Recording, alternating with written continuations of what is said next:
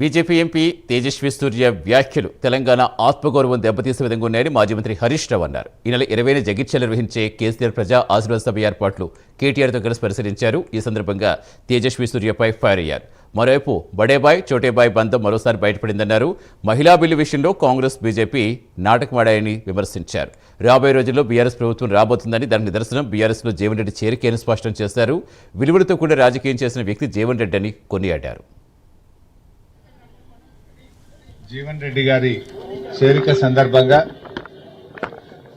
ఈ నెల 20వ తేదీన కేసీఆర్ గారి నాయకత్వంలో వారు బీఆర్ఎస్ పార్టీలో చేరబోతా ఉన్నారు.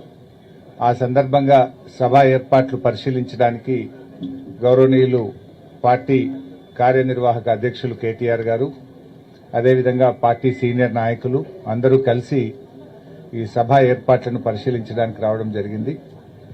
మరి జీవన్ రెడ్డి గారి చేరిక ముఖ్యంగా కరీంనగర్ జిల్లాకు ఉత్తర తెలంగాణలో బీఆర్ఎస్ పార్టీకి ఎంతో బలాన్ని ఇస్తుంది. వారు రాజకీయాల్లో చాలా విలువలతో కూడినటువంటి రాజకీయం చేసినటువంటి సీనియర్ నాయకులు. వారిని మర్యాదపూర్వకంగా వారిని ఇంట్లో కలిసి ఈ సభ ఏర్పాట్లు చూడడానికి ఇక్కడ రావడం జరిగింది.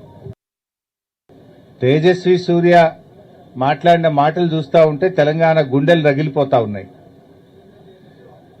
బేషరతుగా క్షమాపణ చెప్పాల్సింది పోయి కిషన్ రెడ్డి గారు ఇంకా వెనకేసుకొచ్చే ప్రయత్నం చేస్తా ఉన్నారు.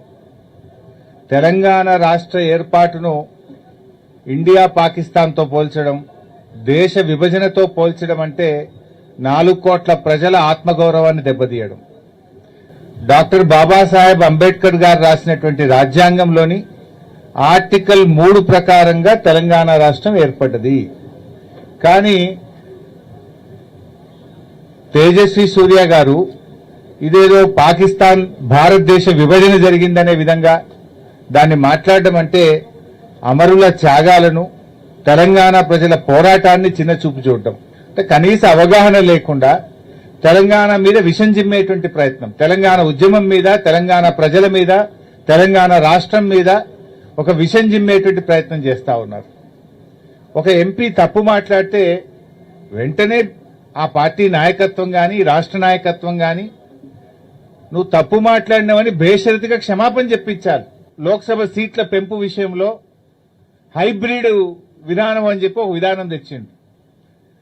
హైబ్రిడ్ సంగతి ఏందో ఇలా అర్థమైపోయింది. క్రాస్ బ్రీడ్, జనరల్ గా హైబ్రిడ్ మక్క అంటే ఏందన్నట్టు క్రాస్ బ్రీడే కదా.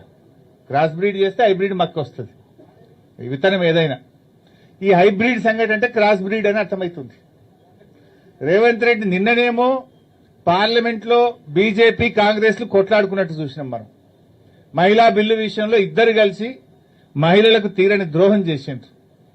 ఇలా బీజేపీ నిజంగా మహిళలకు రిజర్వేషన్ ఇవ్వడమే బీజేపీ లక్ష్యం అయి ఉంటే మీరు రీఆర్గనైజేషన్ ఎందుకు మహిళా బిల్లుతోని ముడిపెట్టినరు?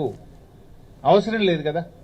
మహిళా రిజర్వేషన్ నిజాయితీగా మీరు చేయాలనుకుంటే కాన్స్టిట్యూషనల్ అమెండ్మెంట్, రాజ్యాంగ సవరణతో ఉన్నటువంటి డీలిమిటేషన్